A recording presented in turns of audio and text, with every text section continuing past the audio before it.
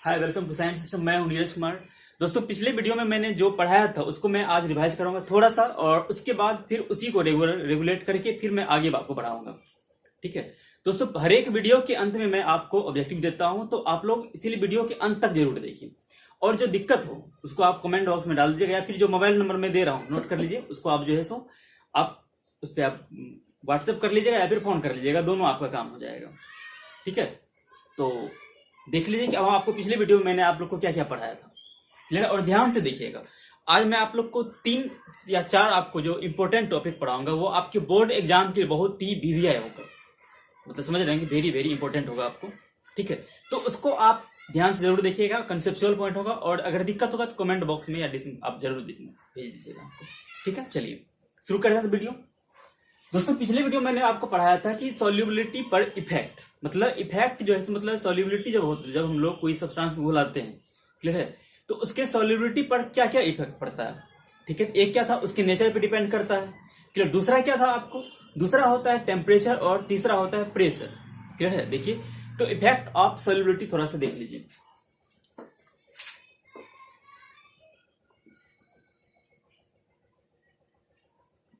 Effect on होगा ना, effect on solubility.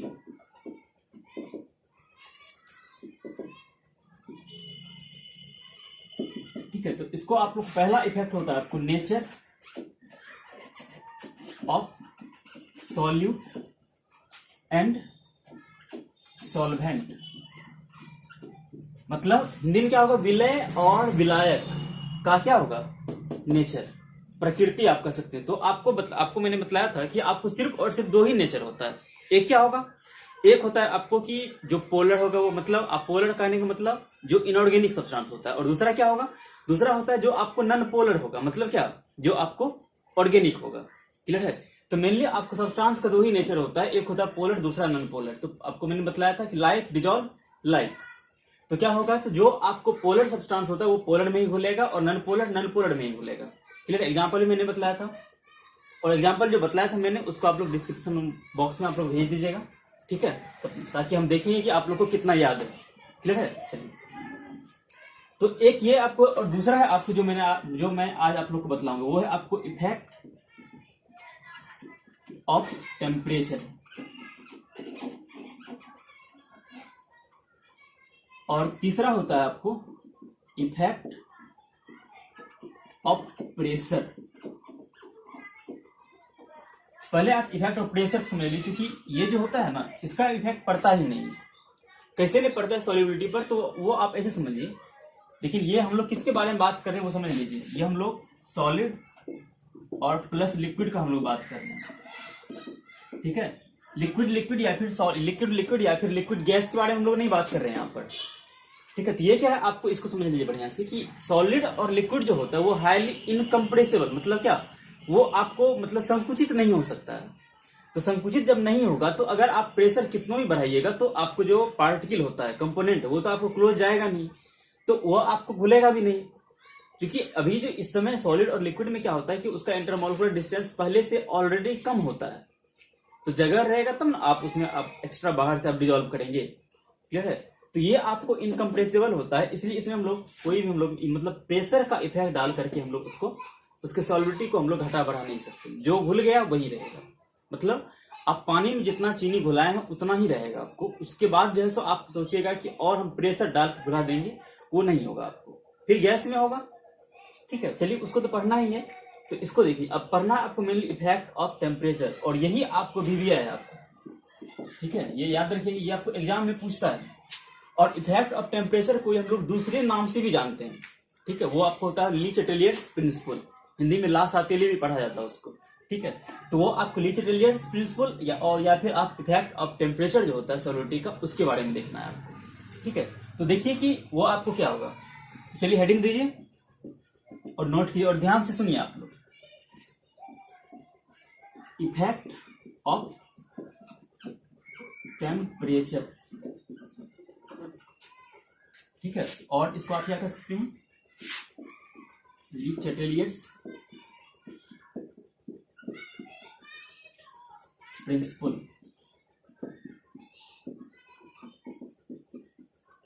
ठीक है, तो इसमें देखिए कि सबसे पहले आपको यहाँ पे आपको जो सॉल्यूशन बनता है वो आपको दो प्रकार का होता है, एक होता है एक्सोथर्मिक और एक होता है एंडोथर्मिक। क्लियर है? तो अगर इंडोथर्मिक है, इंडोथर्मिक मतलब क्या, उष्मा, इंडो मतलब क्या, जिसमें कि उसमें इन मतलब आप समझिए कि इन मतलब अंदर होता है ना उष्मा देना। क्लियर है? तो उष्मा शोषी हो गया। तो जो भी सॉल्यूशन उष्मा शोषी होता है तो उसमें हम लोग क्या करेंगे, तो हीट देते हैं हम लोग। क्लियर है? तो अगर उसका अगर सॉल्बिलिटी बढ़ाना होगा तो उसमें हम लोग क्या करेंगे, तो उसका हम लोग हीट को बढ़ाना ही पड़ेगा। तो क्लियर है? मतलब हम लोग को उसका डेल एच का मान तो मतलब कहिए कि बढ़ाना ही पड़ेगा, मतलब हीट देना पड़ेगा। सॉल्बिलिटी बढ़ाना है, हीट देना होगा आपको। क्लियर है?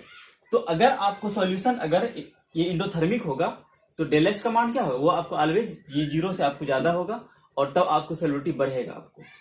और वही अगर एक्सोथर्मिक हो गया तो उसमें अगर आप हीट बढ़ाएंगे तो सॉल्बिलिटी क्या होगा, आपको घट जाएगा। तो इसलिए उस टाइप के सब्सटेंस के लिए हम लोग को तापमान कम रखना पड़ेगा अगर घुलाना होगा तो। क्लियर है? तो चलिए इसको देख लीजिए। तो यहाँ पर इसका लिए इसको लेकिन वीवीआई कर लीजिएगा, ये एग्जाम में पूछता है आपको। ठीक है? चलिए तो यहाँ दे दीजिए 4 इंडो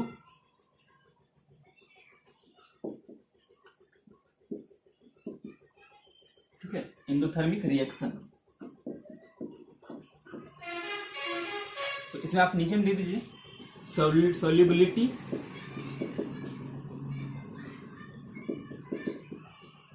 ऑफ क्या होगा, ऑफ सब्सटेंस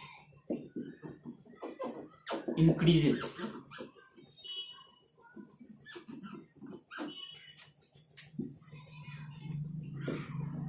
वह क्या होगा,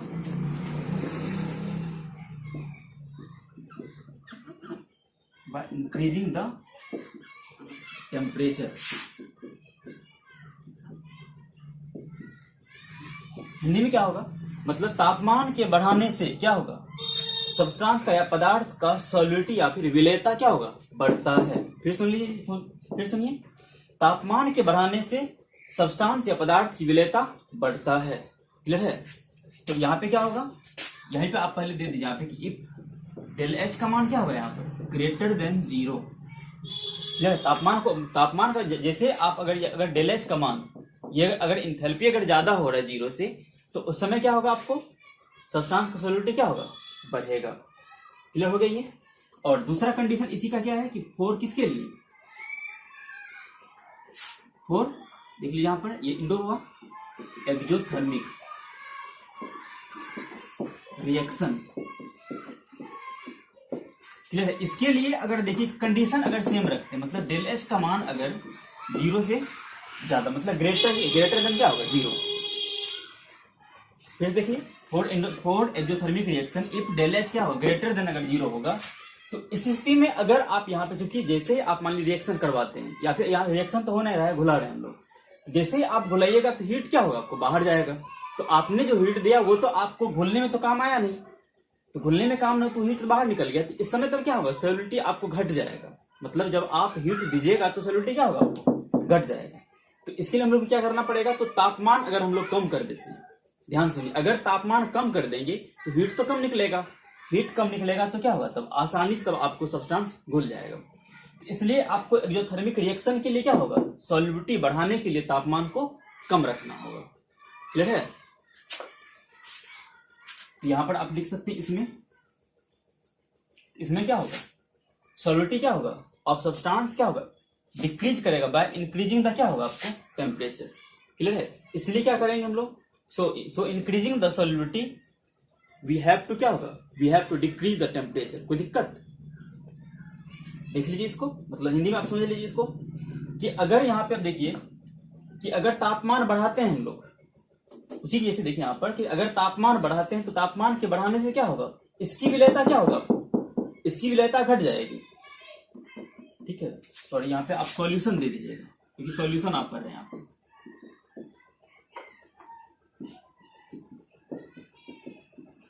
ठीक है? तो इसमें क्या होगा, तब यहां पर आपको तब क्या होगा कि इसके लिए आपको क्या होगा कि जैसे आप तापमान को आप बढ़ाएंगे यहाँ पर तो इसकी सॉल्युबिलिटी तो घट जाएगी। सॉल्युबिलिटी जैसे घटा आपको तो उस स्थिति में तो आपको एक ही उपाय है कि आप तापमान को क्या करेंगे, तब कम रखेंगे। तो क्लियर है? चलिए इसको लिख दीजिए। तो सॉल्युबिलिटी ऑफ सब्सटेंस क्या होगा, डिक्रीज करेगा। यहां पर डिक्रीजेज बाय क्या होगा, बाय इंक्रीजिंग द क्या होगा, द टेम्परेचर, शॉर्ट में दे दीजिए टीएम टेम्परेचर। सो इसीलिए क्या होगा, सो फोर क्या होगा, इंक्रीजिंग, शॉर्ट में दे रहे हैं IMC, increasing solubility we have to क्या होगा, so for increasing solubility we have to decrease, में डिक्रीज का क्या होगा, टेम्परेचर। हो गया। चलिए, तो आप लोग इसका स्क्रीनशॉट ले लीजिए, अगर कोई दिक्कत है तो आप लोग जरूर आप लोग बतलाइएगा इसको। क्लियर है। चलिए आप लोग इसको स्क्रीनशॉट लीजिए इसका।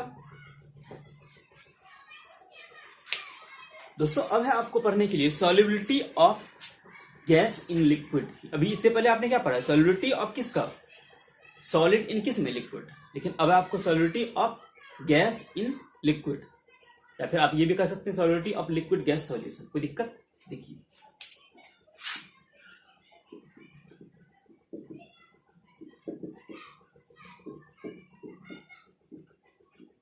Of LiQUI liquid gas solution.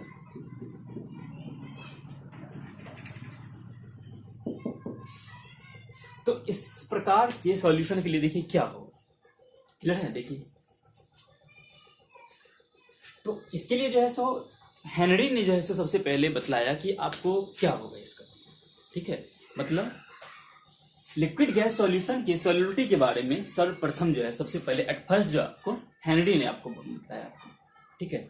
तो हेनरी ने जो अपना लॉ दिया इसके लिए, तो उसको हम तो कहा गया आपको, उसको हेनरी लॉ कहा गया, ठीक है।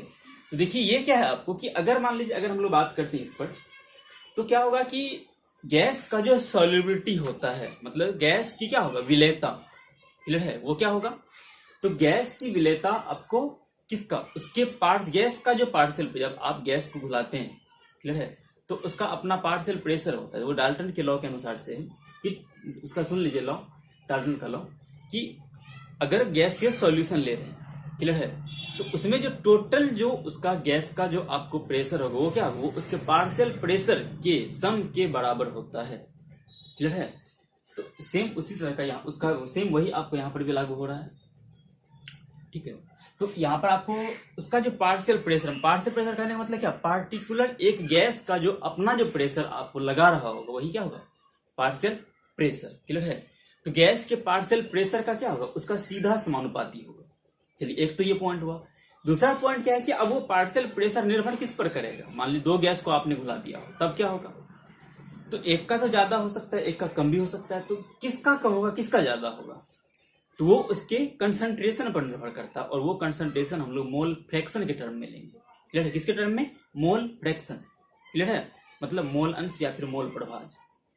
तो क्या होगा, तो अब यहाँ पे उसको हम लोग और टर्न करते हैं, तो मतलब हेनरी लॉ के अनुसार क्या होगा कि किसी भी गैस का जो सॉल्युबिलिटी होगा वो क्या होगा, वो उसके मोल फ्रैक्शन का सीधा समानुपाती होगा। मतलब अब दोनों को मिलाइए, पहला था कि पार्शियल प्रेशर, दूसरा आ गया मोल फ्रैक्शन, तो अब डायरेक्ट दोनों मिला के अब बोलिए क्या होगा। तो मतलब कि गैस का जो पार्शियल प्रेशर होगा या फिर उसमें किसमें, सॉल्यूशन में, तो वो क्या होगा, तो वो उसके मोल फ्रैक्शन का सीधा समानुपाती होगा, क्लियर है। इन तो आप इसको इंग्लिश में बोलिए क्या होगा, in liquid gas solution partial pressure of gas और solute is directly proportional to the partial pressure of that, partial pressure लिखा ना, क्या होगा यहाँ पर इसमें, इस सॉल्यूशन में पार्शियल प्रेशर ऑफ किसका, सॉल्यूट और gas is directly proportional to the mole fraction of that component, clear है, क्लियर है। चलिए तो आपको ये पढ़ना है, तो आप इसको कह सकते हैं कि यह क्या होगा, यह जो है सो आपको हेनरी लॉ को पालन करता है, ठीक है। देखिए यह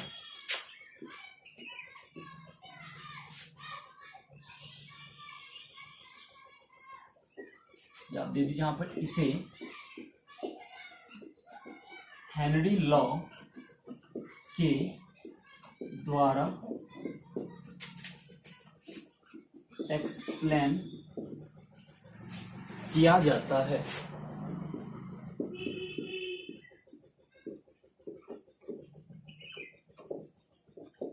ठीक है, देखिए जिसके अनुसार क्या होगा,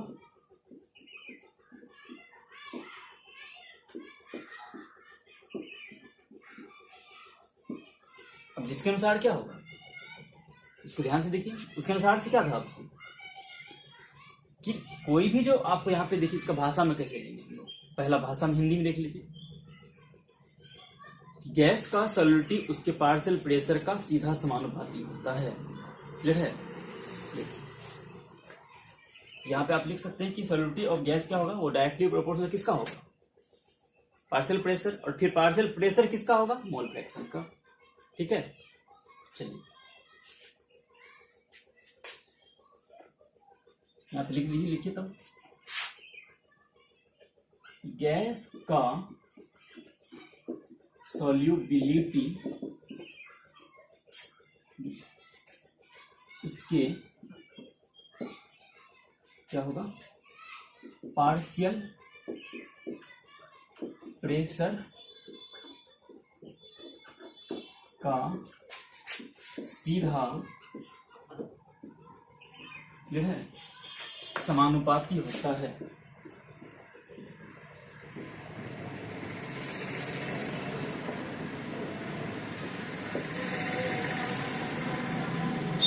ठीक है, क्या होगा, तो यहां पर सॉल्युबिलिटी क्या होगा,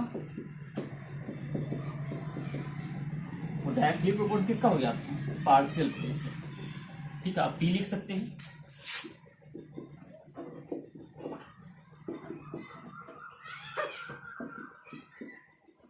ठीक है, अब फिर क्या है आपको, अगर इसको अगर आप इक्वेशन 1 मान लीजिए, फिर देखिए क्या कर रहा है दूसरा, इसी का कंडीशन क्या है कि अब यहाँ पे कि सॉल्युबिलिटी जो क्या होता है या फिर पार्स, वो आपको क्या होगा, वो उसके मोल फ्रैक्शन का भी सीधा समानुपाती होगा, क्योंकि वो आपको पार्शियल प्रेशर किस पर निर्भर कर रहा है, मोल फ्रैक्शन पर। तो मोल फ्रैक्शन जो है सो आपको जितना ज्यादा, मतलब कंसंट्रेशन जितना ज्यादा होगा, वही उसी के अनुसार से क्या होगा, उसका सॉल्युबिलिटी भी होगा। ठीक है, देखिए गैस का सॉल्युबिलिटी उसके मोल फ्रैक्शन का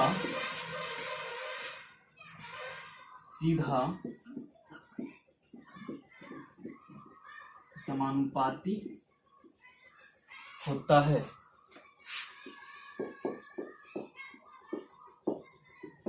क्लियर है? तो अब यहां पर आप सॉल्युबिलिटी को क्या लिख सकते हैं, इसको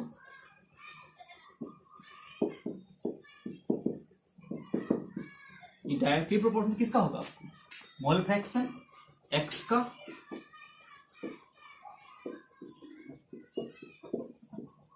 और ये इक्वेशन क्या होगा, सेकंड। अब दोनों इक्वेशन को मिला दीजिए तो आपको यहाँ पार्शियल प्रेशर क्या होगा, इसका समानुपाती हो जाएगा। देखिए फ्रॉम इक्वेशन क्या होगा, फर्स्ट एंड सेकंड, तो पार्शियल प्रेशर क्या हो जाएगा,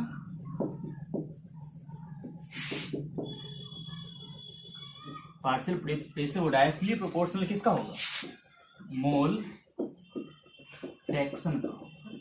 मतलब P जो होगा वो डायरेक्ट किसका हो गया, आपको x का होगा। इसको आप हटाइए, इसके बदले क्या होगा, P बराबर यहाँ पे आएगा एक कांस्टेंट K H और x।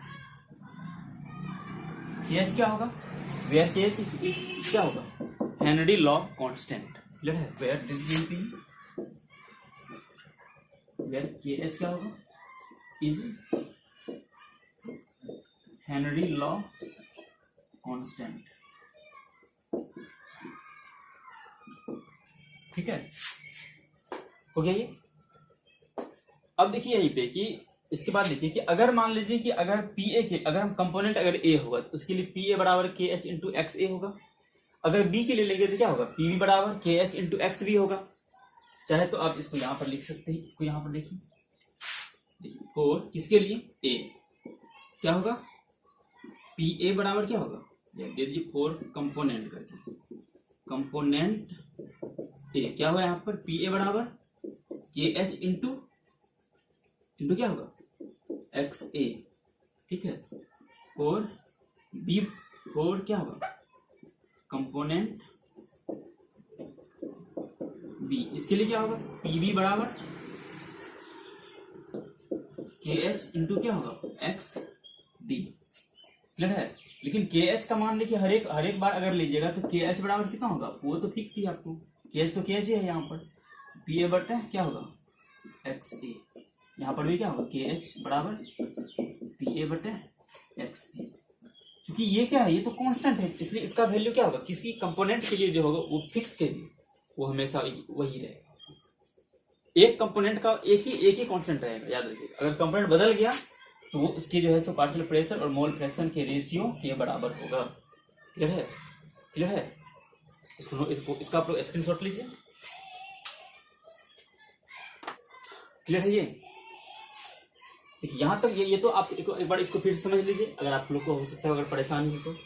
देखिए सॉल्युबिलिटी ऑफ किसका, लिक्विड गैस सॉल्यूशन, तो ये किस पर निर्भर कर रहा है, वो आपको गैस पर, गैस सॉल्यूट के रूप में वहां पर है, तो गैस आपको घुल रहा है, तो गैस के ही पार्शियल प्रेशर पर निर्भर करेगा। आपको बतलाया किस पर, जो घुल रहा है उस पर, उसके पार्शियल प्रेशर पर निर्भर, सीधा समानुपाती हो गया। फिर क्या होगा, वो किसका, वो उसी के ही मोल फ्रैक्शन का, उसी गैस का, उसका मोल फ्रैक्शन लिए। अब क्या होगा, तो दोनों को आप मिलाइए, तो दोनों को मिलाइए तो आपको ये होगा, कोई दिक्कत। फिर क्या होगा, अब जो है सो अगर ये तो हम लोग एक गैस का लिए, कोई भी गैस हो सकता है इसमें। अब यहाँ पे अगर कोई गैस ए है पार्टिकुलर, तो उसके लिए ये होगा, अगर बी है तो ये होगा।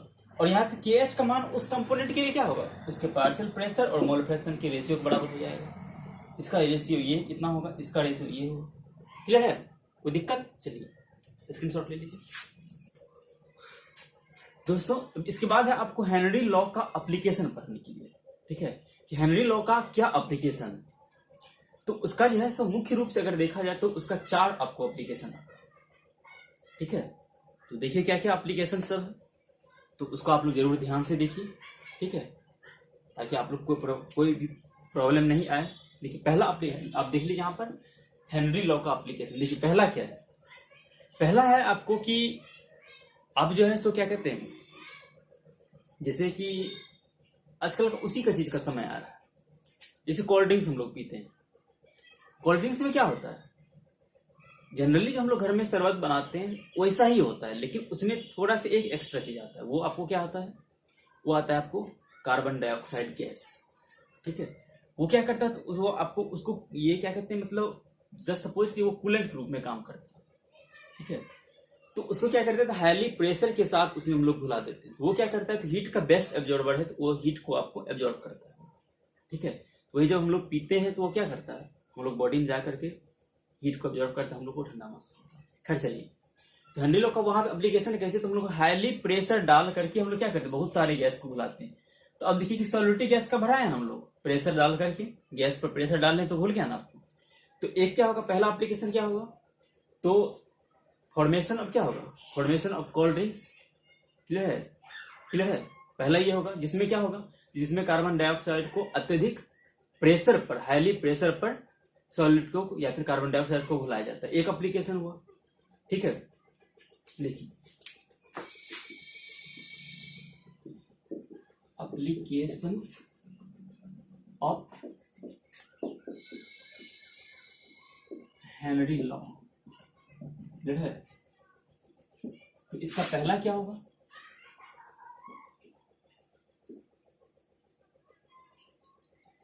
डिसोल्यूशन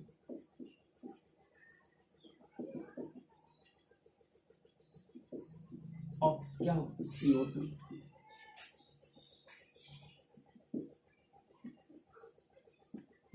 क्या होगा, कोल्ड ड्रिंक। कोल्ड ड्रिंक में जो है देखिए क्या होगा, तो इसमें क्या हम लोग क्या करते हैं, तो आप देखिए इसमें लिख दीजिए, इसमें CO2 को अत्यधिक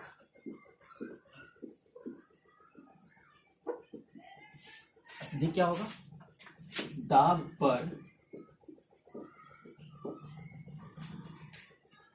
लिक्विड में लाया जाता है। क्लियर है? एक ये हो गया पहला एप्लीकेशन। सेकेंड एप्लीकेशन देखिए। सेकेंड क्या होता है कि जब आप मान लीजिए कि जो गोताखोर होता है, आप लोग जानते होंगे स्कूबा ड्राइवर आप उसको बोलते हैं, तो वो क्या होता है कि आप जैसे मान लीजिए कि आप सांस लेकर के हम लोग मान लीजिए पानी में गोता लगाते हैं, तो क्या होता है कि जैसे जैसे नीचे जाते हैं तो हम लोगों के ऊपर पानी का दबाव क्या होगा, क्योंकि पानी की मात्रा बढ़ते जाता है तो पानी की मात्रा बढ़ेगा तो दबाव भी बढ़ेगा। क्लियर है? तो उसमें क्या होता है कि जो गैस लेते थे वो हम लोग का जो ब्लड है, ब्लड सेल में घुल जाता है। क्लियर है? ब्लड सेल में घुलने के बाद क्या होता है कि फिर जैसे जैसे हम लोग ऊपर, जब हम लोग ऊपर आते हैं तो फिर ऊपर आने के बाद क्या होगा, प्रेशर तो कम हो गया, तो प्रेशर कम होगा तो वही फिर गैस क्या होगा, वो आपको निकलेगा तो कैसे, तो आपको किसमें, क्योंकि बाहर से हम लोग और टेम्परेचर भी लेते हैं सराउंडिंग का, तो उसके दौरान वो भी होता है, तो वो आपको बुलबुला के रूप में निकलता है। तो वो जैसे ही आपको जो ऑक्सीजन लिए उसका तो कोई बात नहीं, कार्बन डाइऑक्साइड निकले, लेकिन जो नाइट्रोजन होता है जो बहुत ही अधिक मात्रा में होता है, तो नाइट्रोजन क्या करता है कि हम लोग के ब्लड सेल में जो है सो वो आपको बुलबुला फॉर्म करता है। और इसके बाद क्या होता है कि वो जो हम लोग का कैपिलरी है, कैपिलरी क्या होता है कि वो आपको बंद हो जाता है उसी बुलबुले के कारण। क्लियर है? और बुलबुले के कारण जब बंद हो जाता है तो आपको तब क्या होता है कि हम लोग के शरीर में बहुत ही अधिक दर्द महसूस होता है। क्लियर है? और यही जो मेडिकल कंडीशन है that is called band, BEND, band. Clear है? क्लियर है? ये इसको देख लीजिएगा फिर से। तो एक एप्लीकेशन किसमें होगा, ये बैंड में। ठीक है?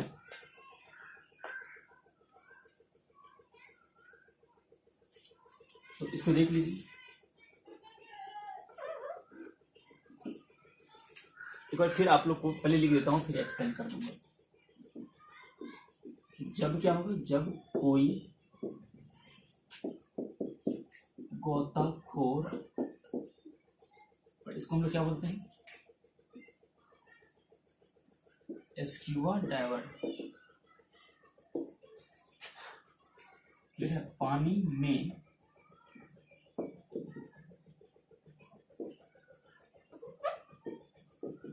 जाता है तब पानी के अंदर, क्लियर है, पानी के अंदर जाने पर दाब बढ़ जाता है, जिससे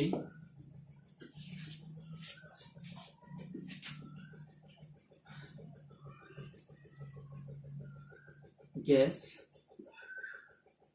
ब्लड में घुल जाता है, लेकिन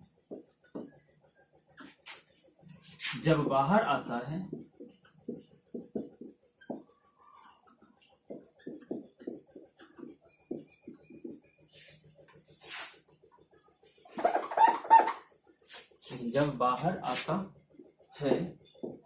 तब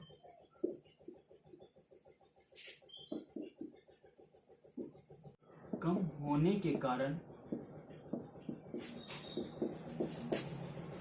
क्या होगा, बुलबुला का निर्माण करता है। निर्माण करता है, जो कैपिलरीज क्या होगा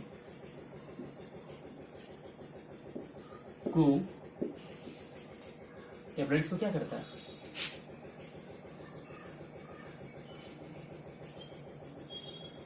दे दीजिए, बंद कर देता है।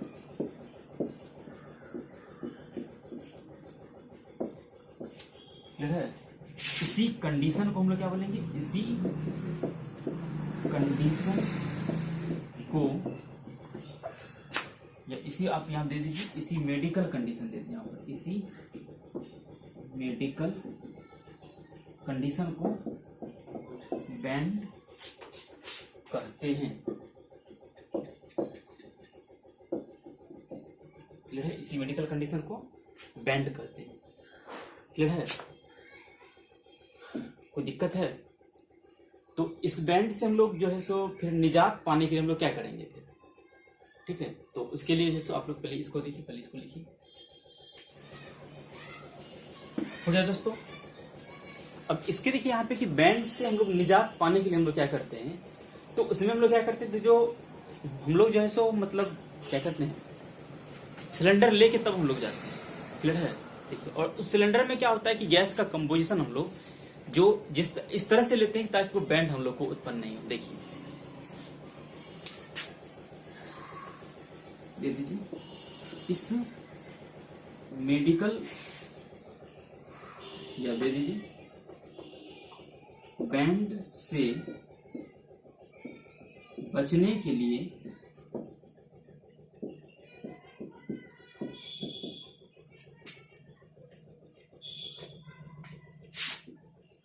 गैस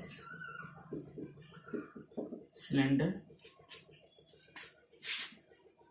का प्रयोग किया जाता है। क्लियर है? जिसमें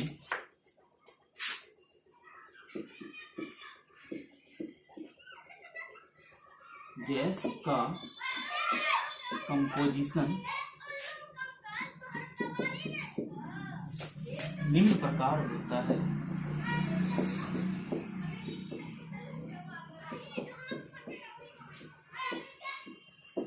कैसा कैसा होगा? एक होता है हीलियम, ठीक है,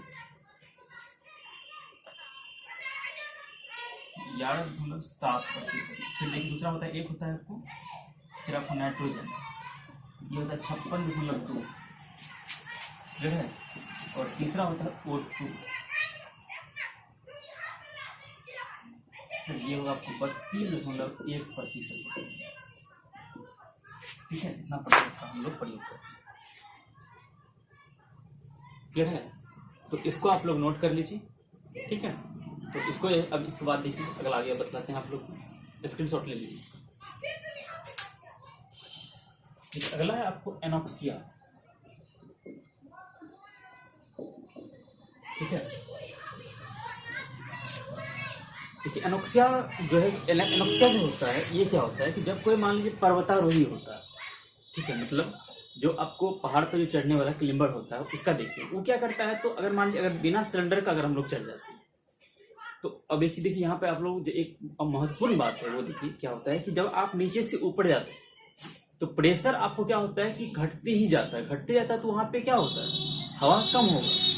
क्लियर है? हवा जब कम होगा तो O2 भी हम लोग को कम मिलेगा वहां पर।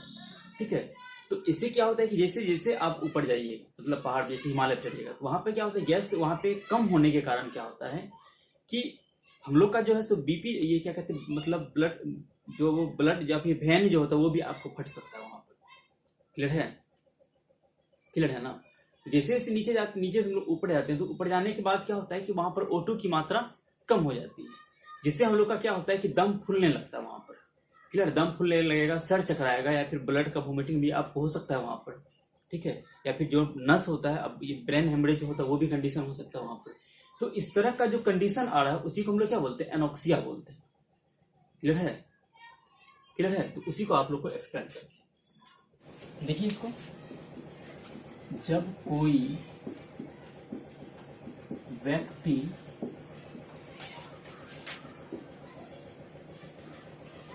पहाड़ पर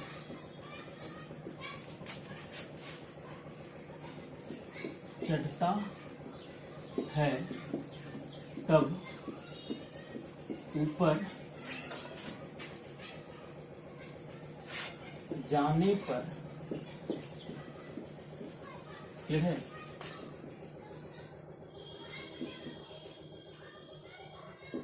एटमॉस्फेरिक प्रेशर का मान जाता है।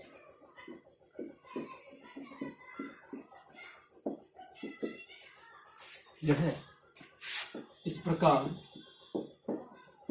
देखिए इस प्रकार O2 की मात्रा भी घट जाती है,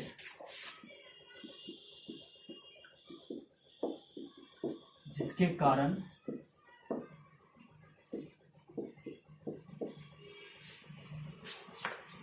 सांस लेने में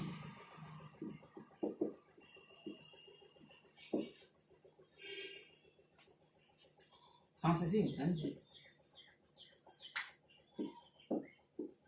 में परेशानी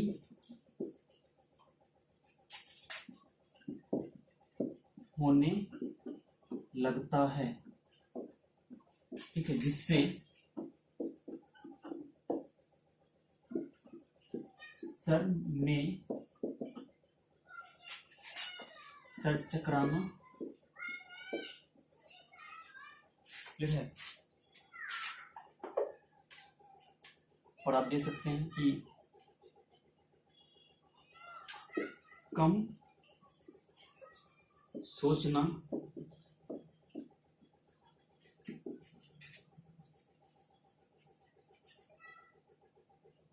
सर चकराना, कम सोचना इत्यादि किसी होने लगता है, जिसे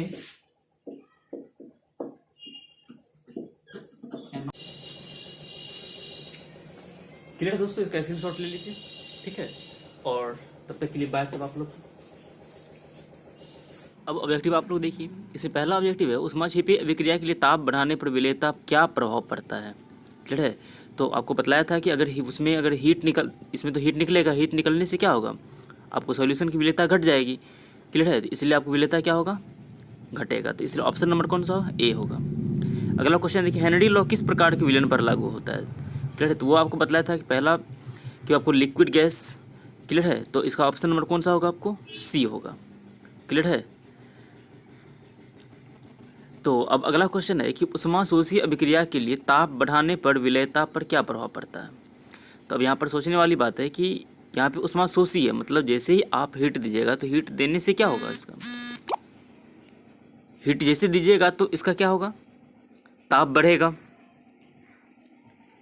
क्लियर है। हीट जैसे दीजिएगा तो हीट देने से क्या होगा, आपको सॉल्यूशन में आपको आसानी से आपको घुलेगा, आपको तो घुलेगा, तो इसलिए क्या होगा, तो विलेयता बढ़ेगी, तो इसलिए ये इसका बढ़ेगी, इसलिए क्या होगा, ऑप्शन नंबर बी होगा, क्लियर है। चलिए चौथा क्वेश्चन देखिए, बैंड से बचने के लिए गोताखोर किस प्रकार के गैस के मिश्रण के सिलेंडर का प्रयोग करता है, या कि करता है, क्या जाता है। तो अब उसमें देखिए कि आपको बतलाए थे कि आपको ये याद होना चाहिए आप लोगों की पहला ऑप्शन 11.7% हीलियम, 56.2% नाइट्रोजन और 1% O2 होता है। तो आपको ऑप्शन नंबर कौन सा होगा, ए ही होगा, ठीक है। और अगला ऑप्शन सब इसका गलत होगा। अब अगला क्वेश्चन देखिए, जब कोई व्यक्ति ऊपर पहाड़ पर चढ़ता है तब हेनरी लॉ के अनुसार उसमें कौन सा होता है, उसमें एनोक्सिया होता है, सीधा सीधी। तो क्वेश्चन नंबर 5 का ऑप्शन कौन सा होगा, ऑप्शन नंबर बी होगा, क्लियर है। तो दोस्तों ये आपको 5 जो महत्वपूर्ण ऑब्जेक्टिव है ये आपको बना है, ठीक है। तो इसलिए आप लोग इसको ज़रूर ध्यान से देख लीजिए और याद कर लीजिएगा इस सबको, क्लियर है, ठीक है। तब हम लोग अब अगली वीडियो में मिलते हैं।